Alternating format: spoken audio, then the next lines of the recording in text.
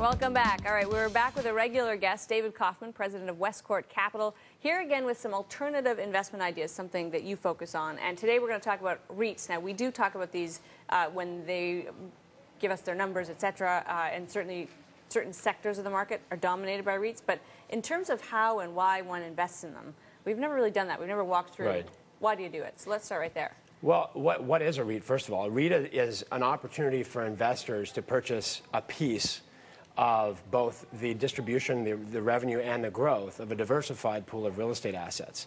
And those assets can vary widely. They can be apartments, commercial buildings, they can be hospitals, nursing homes, pretty much any kind of real estate. Those types of assets are very expensive, very illiquid, and not the sort of thing that one investor could buy on his or her own any day of the week and hope to sell it anytime soon.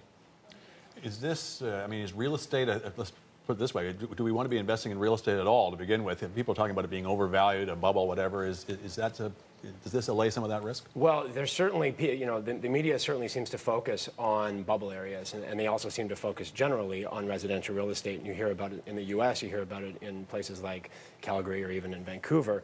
But as a general asset class, most people understand that real estate is a separate class, and people invest in real estate because it tends to provide consistent returns, moderate capital appreciation, generally a hedge against inflation, and most importantly, but it's not always the case, at least not in the case of some publicly traded real estate vehicles, a decorrelation from the volatility of the public markets. Although presumably there's a big difference in different sectors. I mean, we've been talking for months and months and months about the shoot-a-drop in commercial real estate, in the U.S. especially, lots of bonds resetting in the next couple of years. Are there some that you would avoid while, say, residential apartment REITs might be strong? I mean, some will be better than others, presumably, at different times. Right, and in any market, residential REITs, the ones that are pure plays, so that they're basically apartments, the apartment buildings that you drive down any highway and you see them all the way along, are the safest because for two reasons. Number one is that they trade in a more liquid fashion, they're more uniform, and the second is that they don't have anchor tenant risk. When someone decides to move to another city, they just fill it with another tenant. They might even increase the rent. But if an anchor tenant decides to leave a string of shopping centers, that can have a devastating effect on the bottom line of that REIT. Tell us about the tax treatment of REITs. I mean, is this just a tax play, or is there something else beyond? Well, it is. If you were comparing REITs to, say, what we talked about last time, which is mixed mortgage investment corporations, which have similar returns, they're at opposite ends of the spectrum. One is a debt play, one's an equity play. But from a tax perspective, REITs have the advantage as long as they keep buying properties, which is what they exist to do, so one would expect that they would continue to do it. They have the advantage of being able to have a return of capital model so that the distributions, you intentionally don't use the word income, the distributions are 70, 80, 90% return of capital. That has the effect of lowering your adjusted cost base, so down the road you'll have to pay tax, but it allows you to defer tax, and we all know that any tax that can be deferred should be. We're looking at the chart of public REITs versus the TSX, and they tend to track, perhaps lag a little bit, but track the movements. I'm interested in knowing, in terms of the inflow into the sector, income trusts obviously was a wildly popular investment class, especially for seniors in this country.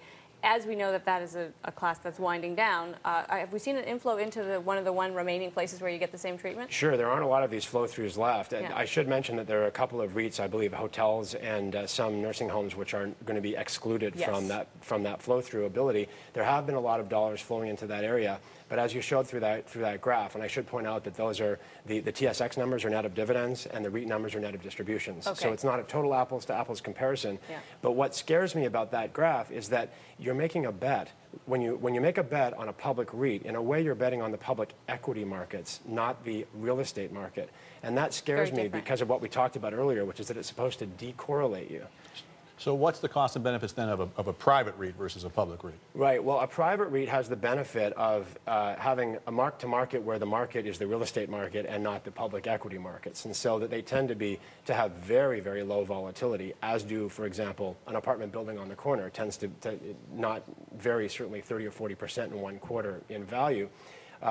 And they have all of the benefits in terms of a return in the 7 to 10% range, depending what their mix is, and some moderate growth as well. The downside is that people who want to have instant liquidity don't have that kind of liquidity with private REITs. They have liquidity because private REITs are, by definition, mutual fund trusts, and the rules say that they have to have 30-day liquidity. Yeah. But then there are other things about that 30-day liquidity, such as redemption fees and the possibility of lowering gates in times of a rush. That means that an investor into a private REIT has to realize and recognize that if they had bought the underlying asset, it would have been a very long-term hold. So when they buy a diversified pool of the same asset, you better be investing for 3 to 5 years. That would be the minimum horizon. My question would be, how much flexibility do these REITs have, either private or public, to change their distributions? Is it like a dividend that they can raise it or lower it any time they like? It's a little bit like dividend-paying stocks, where they can certainly, well, first of all, they don't choose to lower distributions. They pay 100% of the net income. And so they can go up and down for a lot of different factors. You don't know, you're not locked into a certain rate as you would be with a dividend exactly. or preferred It's not share. a debt instrument. And Yeah. so that you hope for the best, and they tend to have very low volatility. All right, David, great to have you here. Pleasure. David Kaufman, president of Westcourt Capital. Coming up